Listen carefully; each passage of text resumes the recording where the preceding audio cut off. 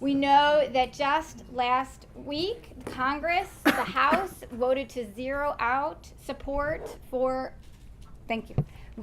We know that last week, Congress on the House side voted to zero out support for UNFPA, the UN Population Agency, and make cuts to bilateral assistance to family planning.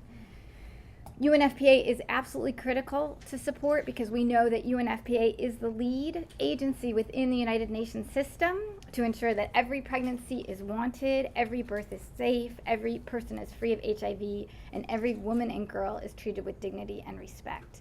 So despite these challenges, I'm so glad that you all are going up to the Hill to make these points. I mean, absolutely, our members of Congress need to hear from all of you in this room about the importance of women's reproductive health. They need to hear from their constituents. They need to hear from their local communities. So we are thrilled you're going up there and the timing is right. And I would say also it's very important that the global community is organizing with momentum around these issues in a way that we haven't seen before. The Bill and Melinda Gates Foundation and the UK Development Agency DFID are planning a big event in London on July 11th. Oh, good. Looks like someone knows about it. To enable 120 million new users to have access to voluntary contraception. I wanted to say this is the letter that I was asking us to sign on to yesterday, what she's talking about, so pay attention. Oh, great. Okay, good. Sounds like we have a leader here, so maybe we'll talk about that more in the Q&A session. And Maureen, one other comment about the need for this information. The chair of the State Board of Education of Texas announced that her main goal in being on the State Board of Education was to protect girls from Planned Parenthood and Muslims. Seriously, she said that. She announced it.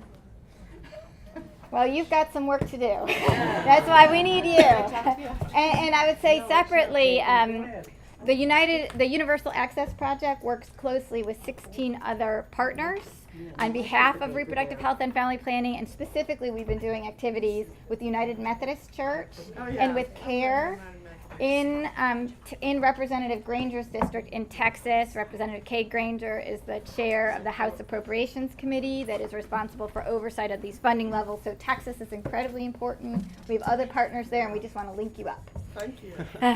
So with that, let me turn it over to say that two of my colleagues, Elizabeth Schachter and Jody Dixon, are joining me. They're each going to give a short presentation. We don't have very much time altogether. We only have 45 minutes. So they're going to give brief opening statements, answer one or two questions from me, and then we'll really, sounds like there's a lot of expertise in this group, so we'll open it up. So Beth Schlachter is the Senior Population Policy Advisor in the Bureau of Population, Migration, and Refugees, where she is the State Department's population team lead, overseeing the department's efforts to promote sexual reproductive health, reproductive rights, and women's empowerment.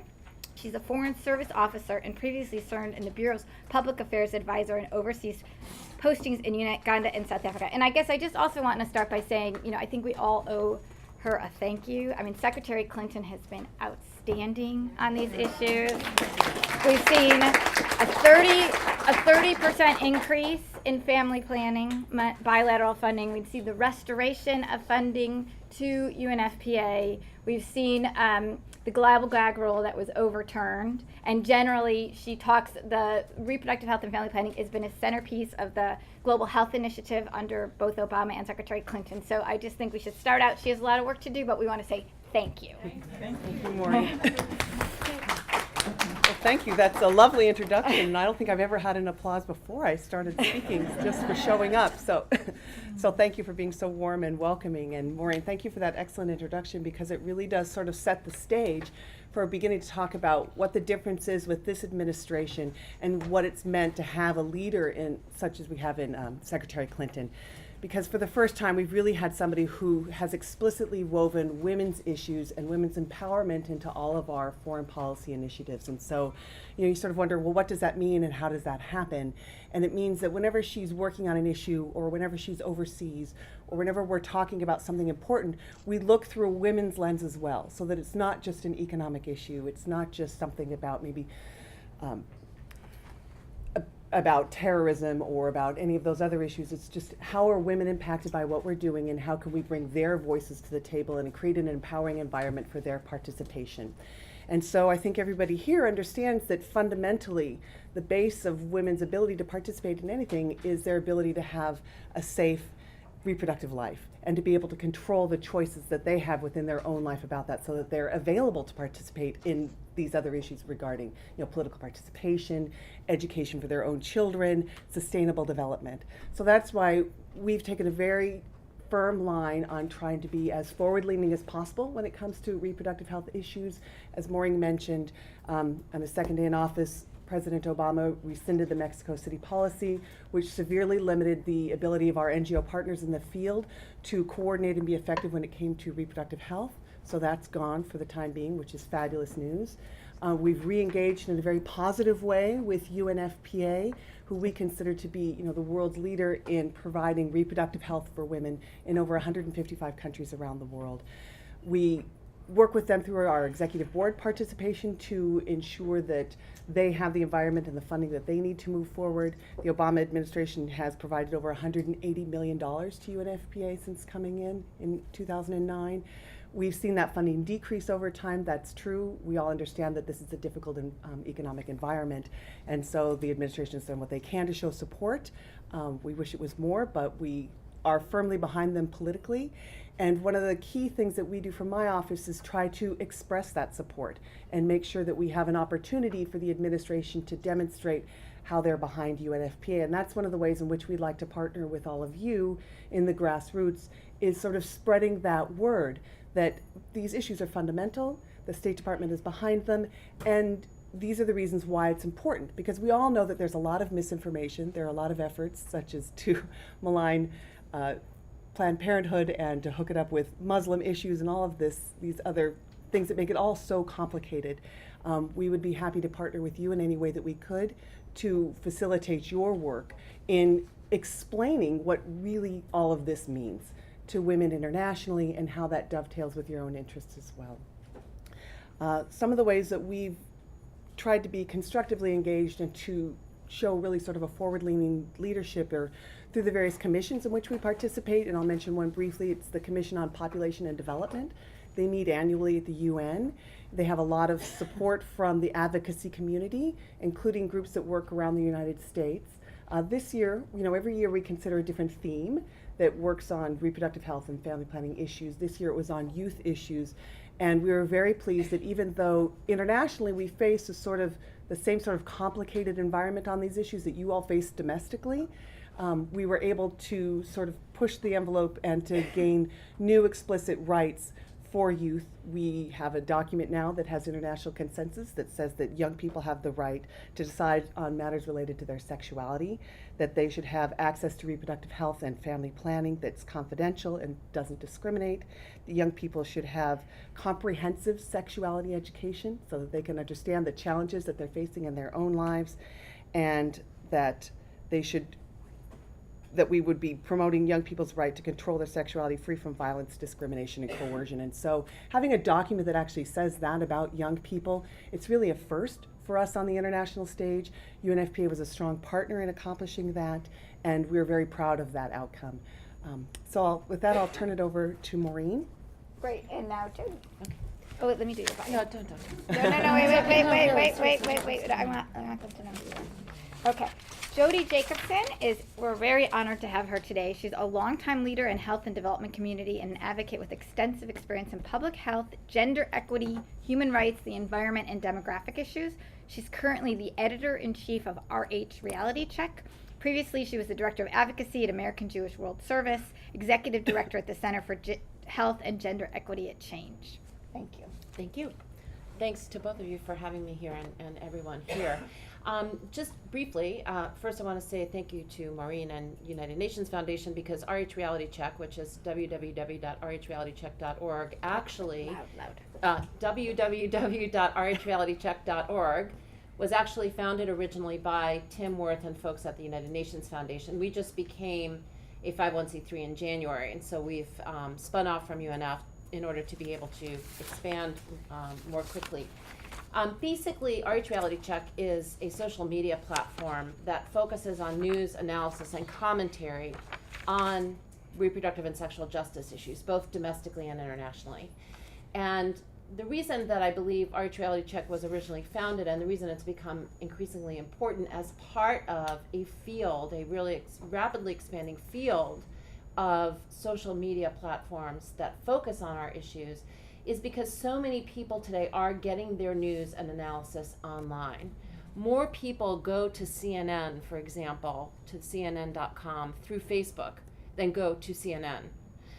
In other words, people are going through Facebook and through Twitter primarily to get their news and analysis. We can use social media to get the argument and the correction out, and oftentimes, in the case of publications like the New York Times, not in the case of the far right, have a correction made to the misinformation that's been put out there.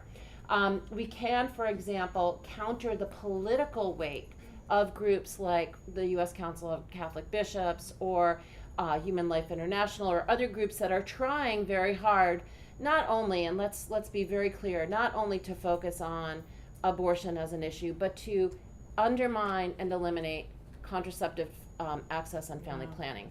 And it's very, very key to understanding that the motivation behind much of this activity is, in fact, to sort of return women to an earlier point in time, this idealized point in time when their basic role in society is to be mothers and not much else, which is great. It's great to be a mom. I'm a mom, but there's other stuff as well. And we want to be able to plan when we are mothers and parents and fathers. And we also know that, the connection between, as Maureen mentioned earlier, and as Beth mentioned, contraceptive availability, reproductive and sexual health care, and mortality and morbidity is just tremendous. So it's a public health intervention, it's a human rights intervention, and we can use social media to expand knowledge of those things.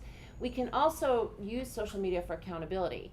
I'm going to use just a recent example that I'm sure many of you are aware of, the Komen Planned Parenthood controversy, which really exploded as a social media issue, and it was because of social media that we at RH Reality Check, Planned Parenthood, and others working with us in a sort of a loose coalition, all doing different pieces, were able, to mobilize just huge numbers of people who were angry about the decision around Komen, to do investigative research and get it out there about what was happening at Komen internally, i.e. there were so-called pro-life people on their board and running their policy department and so forth, and see the connection between the U.S. Conference of Catholic Bishops and Komen's new approach. So that, I think, is probably one of the best, most recent illustrations of the power of social media to turn an issue around. Unfortunately for Komen, they still haven't recovered from that debacle because they're seeing their membership decline. But I think it's a spectacular example of how so many people online pushing that issue to the top, educating other people, then getting people angry about something was really effective, and we can use that more and more. We also want to see social media used for accountability in other ways. This is probably not, UNF, I'm not speaking for either UNF or the State Department, but I think engaging people on the ground in other countries in accountability mechanisms will really help to improve access to contraception and family planning. People want authentic information. They don't want to be fed press releases. They want authentic information. If you give people authentic information, they will engage with you. What do I mean by that? Okay, let's say we've got a great program in, I'm going to pick a country off the top of my head, Kenya, for expanding access to family planning. But let's say there's stockouts in several places because there's poor logistics management. What if we had a social media effort to report those stockouts on a regular basis, empowering women at the village level to be part of the accountability mechanism for both their government and the international community? We'd know more quickly about stockouts, people would be able to see that happening, and the government wouldn't have much to sort of hide under the rock about in terms of not doing something about it. Those kinds of authentic efforts where we know our goals match with people on the ground, but oftentimes there's bureaucratic or other obstacles in the way, can be helped through a variety of social media tools to help hold all of us accountable to making sure people are reached. So I think in closing, there are many, many ways in which we can use effective social media tools. In many places, they're cheap enough now, they're easily accessible, they're not so hard to use, and we can help use these tools, and I just want to say, social media is a set of tools, it is not a goal. It is a set of tools to reach your goal. So sometimes people confuse, the ends with the means. It is a means to reach our goal, but it can be used in effective ways to help us along with all of the other things we have to do to reach those goals. So I just want to put that out there and let y'all ask questions. And maybe just tell us where you're from. It would be great to hear. A conservative state, Nebraska. We have a lot of elected officials who are against funding for family population issues because of religious beliefs. And I won't cite the religion, but you know which one it is. How best to deal with folks like that? What's a good argument for the funding? So we've done some polling data generally about Americans and taxpayer funding for family planning, and I can get you the polling data if you want, but we know that 89% of Americans believe all women deserve a safe maternity. So, clearly, and that includes reproductive health. We also know that 70% of Americans are willing to support U.S. taxpayer money for access to voluntary contraception. So we have the broad data. We've also done a lot of data specifically pulling on people of faith. And almost generally people of faith support voluntary access to contraception and safe maternal health coverage. Specifically, some groups such as many evangelicals and Methodists and others, there are a large number of groups that are pro access to voluntary family planning, are not necessarily pro-abortion, so there is occasionally a split there. I think one of the strongest arguments when you're talking about an international context, and it isn't the one that I would lead with, but is that under current U.S. law, funding for contraception cannot go to abortions overseas. It's prohibited. So if funding under current U.S. law, U.S. government taxpayer money cannot go to funding abortions overseas. Except in the case of rape, incest, or life of the mother, but by and large, it cannot go to fund abortion. So we wouldn't necessarily want to lead with that because you don't want to stigmatize abortion access. But if you happen to be talking to a delegation that is pro-contraception but isn't pro-abortion, that is one of the arguments that you can make. There's also a set, I would just say, that are not going to agree with us on voluntary access to reproductive health, and our sense there is, focus on educating the next generation and other policymakers. I would want to offer just a suggestion, and again, speaking for myself. First of all, most politicians have other aspirations for a higher office, for some other thing. And I would bet that most of the folks in your state agree, as Maureen said, that women should have access to voluntary family planning. Most Americans do, and I would bet most of the people in your state do. So I would also consider a combination of dissemination of facts and a little bit of shaming of your representative. Asking him on Twitter and Facebook consistently, why is it he's not supporting these things when they have this health benefit, that health benefit, and this health benefit? Why is he not supporting it publicly? Because we're I want to say in a sort of guerrilla war for enabling and pushing forward politically these issues, and we have to have as much passion about our own issues as the other side has about theirs. And part of that is being willing to go out and ask your politician publicly. And I'll give you an example. We had many people did not know about the Texas transvaginal ultrasound bill, for example. When we started publicizing that, in one day, we had 1,000 people write to Rick Perry on his Facebook page, such that they closed down the Facebook page, and these were Texans. These were Texans who they don't focus on these issues every day, so they don't really pay attention. When they found out, they were just absolutely appalled. Now, again, that's Texas, it's conservative, but Nebraska's conservative. I bet people are interested in making sure people have good health care. And so take it from that angle. Use a bunch of education, and then ask your congressperson publicly on his Facebook page consistently. Have other people do it. Why isn't he supporting these things? Because they don't like people to know. They don't, and you have to use that as a tool. Okay, thank you.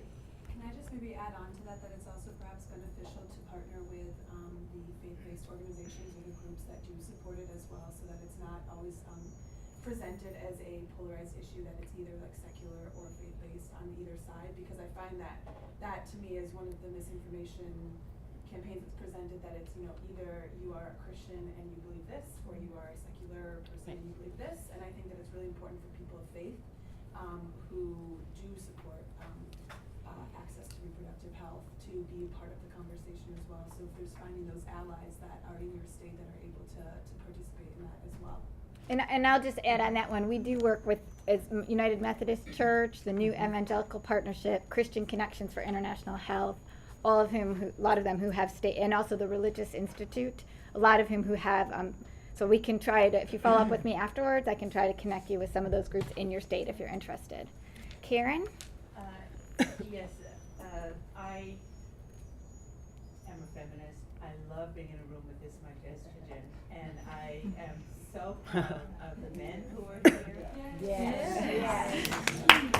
Which causes me to think that in addition to bringing in faith-based groups to join us, how did this become, other than really what the viewers is, how did this become a women's issue?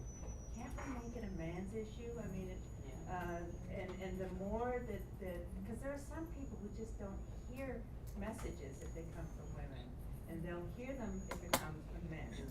And if we stopped having this be not just a women's issue, but men and women's issue. And I don't know if that's something that the UN Foundation, the UNA could start doing, and other groups would join us, but they hold up half the sky. Absolutely. Over here?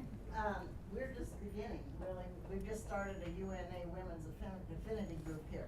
I do most of my work actually with Amnesty International, and this has been kind of a taboo subject with Amnesty because we have some strongly pro-life people who have been there working forever on the death penalty, for example. So we have framed it as a human rights issue rather than a women's issue, and it really is a human rights issue. That's one way to get men involved. That's great. Yes, please. I just wonder, we need to take our own history and compare it to what's currently happening in, let's say, Pakistan. How many children did our mothers have? How many children did our grandmothers have? I went to Catholic school in the 50s. I went to school with people who had 18 brothers and sisters. We are such hypocrites in this country. Everybody is, you know, talk about voting with your feet. Well, everybody's voting with a condom or something. And we are trying to tell people in other countries that they have to start being pregnant at 14 and have a baby every 11 months or die trying to. Well, we're not doing it. So I think this is something that we have to use maybe in the shaming game also to people. Ask them. Ask your congressperson how many children his grandmother and great-grandmother had. Would he have that many? Would he want to support that many? Yeah, I mean, there is strong polling data that shows, that's come out recently, that more than 90% of American Catholic women of reproductive age use contraception. So, yeah, I mean, absolutely, the data shows that voting with the feet. Yes, please. As one of those guys lacking in a uterus, but I had a mother and I have a daughter and I have a wife, and I think reproductive health is a keystone. We all care about the MDGs in this room passionately, and many of us are quite knowledgeable about them. They flow from the women's agenda out of Peking or Beijing, I guess it was, and I think if we understand the centrality of women and girls' empowerment to the MDGs and all the human rights implications of that, and then it begins with reproductive freedom and health. That, I think, any man should be able to not only speak about that, but understand why that's central to our saving the planet as we know it and having a better future for our kids. If I can just add on to that, we found through our work with USAID in the field that some of our most effective partners are both religious leaders and men of note within communities. And so we don't move forward with our programming now without partnering with people like that in the field. And we also partner with US-based religious institutions who are working overseas as well. And so you have another channel and opportunity to have an impact on policy and on effective programs by working through your own communities that have linkages worldwide. And so I think that that messaging can go in both of those directions. Yes. Is the UN Foundation working at all with Melinda Gates and the initiative she's announced on innovations in contraception? One question. And secondly, I had heard that I think I saw this on ABC that 40% of all pregnancies in America are unwanted because of timing. Is that figure correct? So on the first question, I'll go and you can do the second one. On the first question, yes, the UN Foundation is working very closely with the Bill and Melinda Gates Foundation, both on the upcoming London Summit on family planning. I don't know specifically the innovation piece that you just mentioned. That may be more technical research, but I would say on the broad collaboration with Melinda Gates, we work with close partnership. Roughly, almost 50% of pregnancies in the United States are unintended or unplanned. And I think that's different than unwanted, because some of them may be unwanted and some of them may be to people who didn't intend to get pregnant at that moment in time, but maintain the pregnancy because they decide they want that child. So I think it's the wording is very important, because unintended or unplanned is different than unwanted. The terminology I think I heard, and I think I used the wrong terminology, was that it for a whole host of reasons, they did not care to carry the pregnancy forward at this point. Wrong timing, too many kids, age, etc. You happen to know what that figure is? I don't know that specific figure out of the total. I know that that a large share of pregnancies in the United States are unintended or unplanned. What share of that are actually, unwanted or terminated? I wouldn't want to do the data off the top of my head. There is an answer to that. I just don't want to give it erroneous. Yes. Approach it from the economic point of view. Half the world's population doesn't have proper reproductive health. How does that affect our educational system, our economy? That's a very linear, rational thing that I think most men in business could understand, and that's a large population that we're trying to educate. Absolutely. We know that there's good data that shows for every $1 that's spent in access to voluntary contraception, it saves $4 later that comes from the maternal health coverage and the other associated expenses with the pregnancy, in the developing world going forward, if you can provide voluntary contraception on the front end. Absolutely. So the economic argument is a powerful one, and absolutely. Absolutely. Is that number just then through the pregnancy, and it would be, if you add to it the resources that are needed to help raise the child, and Yeah, I it's think even more. right, Right. exactly. Yes, Right. absolutely. There's a lot of conversation now internationally about something called the demographic dividend in countries where they have invested well in family planning. You can look at South Korea, for example, where now they have a smaller population and they're able to reallocate those resources to have stronger education systems, stronger health systems. So it pays out economically across the development agenda and allows countries to make a big step forward during that window. Right, and we also know that when, women and families are able to voluntarily choose the timing, number, and spacing of their children, then the children they do have, they're better able to feed and clothe. There's more likelihood for all those children to go to school, not just the boy children. There's a smaller salary size. Women are more able to engage in economic livelihood activities, which leads to healthier families and stronger communities. Yes. To add on there, I think this is a point that can be used also to bring men into the picture, saying really like, the women can be more gainfully employed and help you support the family with your children. Yes. I'm a subscriber to the RH reality check. Great, so thank you. I read you, and I'm really glad you're out there. Do you know of an online place to go to track how Congress people are voting on reproductive rights? Oh yeah, there's a bunch of them, and if I can give you my card to send you a list of them, but there's places like On the Issues, which is also the name of a magazine, but On the Issues is a website where the voting record and votes for each congressperson are, you know, listed out in some detail, and their positions on certain issues are listed out in some detail. You can go on the congressional websites and find the House website and find certain votes. You know, if you want to look at the particular vote on a particular bill, you can find that. Yeah, yeah. No, there are a bunch of those, I'm spacing out. This is my old age. What? Population Action International. Oh, PAI would have international votes, but Guttmacher keeps a track of the number and kinds of bills at the state, but they don't necessarily maintain a roster of how everybody voted. But there is a site, and I'm sorry, I have a dwindling memory, my own self, that does this very well, and I can't for the life of me think of the name of it right now. We'll come back to programs. The UN Foundation funds programs actually in 4 countries through UNFPA that tries to provide some of those services, but we need to do more as a community. We need to be able to, you know, so that also voluntary access to, you know, products, feminine products during that time of the month also needs to be a priority of the development community. We had just recently an excellent article on this, and I can send it out to you. But one of the things that I really think, and this article pointed it out, is that there's so much potential for a business market for women in this area, because there are local products like coconut husks and other things that are absorbent that are being used in different markets to produce locally manufactured menstrual products to help girls and women. And made into things that can be used by them by local people. And there's an initiative that this article talks about that you might be interested in knowing. I'd just like to add that I'll tell this you about one as magazine, well. the current issue, which I was reading last night, has a long article on this and several examples of local products and distribution and women making money by creating these products for the teenage girls. Yeah.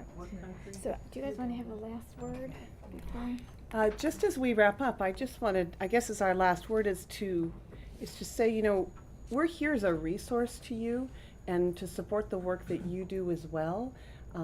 We are available. We can certainly consider if there's an event that you're hosting, or if you are looking for expertise to come out and talk about what it is that the U.S. government supports, what our policies are, what our programs are overseas. We're certainly here if you'd like to ask, and we'll do what we can to support your initiatives. So I just want to let you know that we're here to support you, and we're just so grateful for all the work that you do. So thank you very much. All right, somebody who really wants to speak, and then I'm going to take 2 closing comments. So please, yes, sir. Okay, my name is Joseph. I'm from Maryland. Before I'm saying some words, I would like to thank PRM. And now PRM is working a great job at the grassroots level overseas through USAID. Ethiopia is one of the beneficiaries of these funds. I remember there was a big project regarding to preventing unwanted pregnancy at school level in order to prevent school dropouts. Even and healthy programs at the same time, it is a fatal cases in some of the area because of they give a birth, unwanted pregnancy, they cause some disease for some. So in order to tackle these challenges in rural areas throughout the country, IOM, PRM, USAID together, they design one project. And that project is information campaign project. It's focusing to disseminate the disadvantage and the problem of unwanted pregnancy. So we worked out throughout the nation, and we educated first teachers, because the young teenagers are found in the school. So we trained the teachers. We trained, I remember, about 400 teachers throughout the nation. And we also prepared a book, we call it exercise book. On that book, we put how is unwanted pregnancy caused and the health challenges with the young adult women. So this, I think, is very helpful approach, to educate people. So I would like to suggest some of the points in this regard, like information campaign is a good approach. Educating students regarding to its challenge on health, regarding to its challenge on families, regarding to its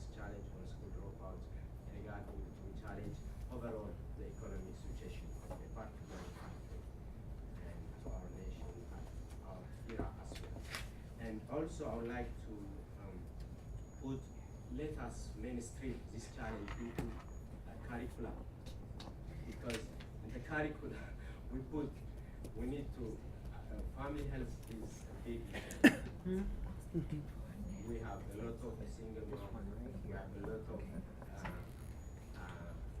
single families, so these things has to take into account to address at the global level. The other one is just teaching teachers. Teachers is the primary strategy for us to address this issue, to teach them, can reach them at the school. Thank you. Thank you. So thank you very much for those comments. And I should just say, I mean, I've had the honor of visiting some of the USAID projects in Ethiopia last year, and there's very strong USAID.